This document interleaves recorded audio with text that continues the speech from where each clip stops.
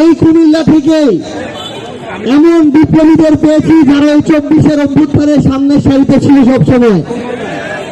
আমরা আপনাদেরকে আহ্বান করব একজন মুখ্য সংগঠক হিসেবে, আমরা এখন এই বাংলাদেশটাকে 24-এর আকাঙ্ক্ষা দিয়ে বাস্তবায়ন করতে চাই। নতুন করে আমরা দেখছি বিএনপির কিছু নেতাকর্মী, কিছু তাদের আইনজীবী বাংলাদেশকে আবার পুরাতন পথে ফিরিয়ে নিতে চায়। আমরা দেখছি মাঠ পর্যায়ে আমাদের নেতাকর্মীদেরকে হুমকি দেওয়া হচ্ছে, হামলা করা হচ্ছে। এটা মোকাবেলা করার জন্য এই কুমিল্লা এনসিপির শক্তিশালী সাংগঠনিক ঘাঁটি তৈরি করতে হবে।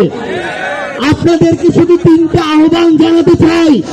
প্রথমত, আমরা যদি আগামীর বাংলাদেশে মাথা উঁচু করে দাঁড়াতে চাই, আমাদের অন্য যে কোনো দলের চেয়ে শক্তিশালী সংগঠন লাগবে।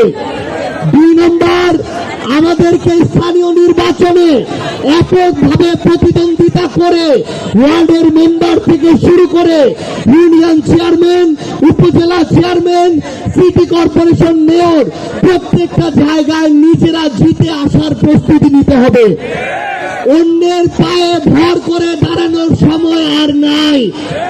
আমাদের একসাথে রাজপথে নেমে সংগঠনকে শক্তিশালী করে স্থানীয় পর্যায়ের প্রত্যেকটা নির্বাচনে জিতার জন্য আমাদের প্রস্তুতি নিতে হবে। এবং সর্বশেষ একটি কথা বলে শেষ করব, আমাদের নিজেদের মধ্যকার যত ধরনের মতপার্থক্য, বিভাজন, মনোমালিন্য আছে সবগুলোকে একপাশে রেখে আগামীর বাংলাদেশ গড়ার যে লড়াই, আগামীর এনসিপিকে সামনে রেখে বাংলাদেশের জনগণের প্রতিনিধিত্ব করার যে লড়াই, সেই লড়াইয়ে বিন্দুমাত্র আপোষ না করে আমাদের বিজয় পর্যন্ত পৌঁছাতে হবে ইনশাআল্লাহ। সবার সাথে আবার দেখা হবে রাজপথের সংগ্রামে অথবা বিজয়ে। ইনকিলাব জিন্দাবাদ, কুমিল্লা জিন্দাবাদ, বাংলাদেশ জিন্দাবাদ, জাতীয় নাগরিক পার্টি এনসিপি জিন্দাবাদ।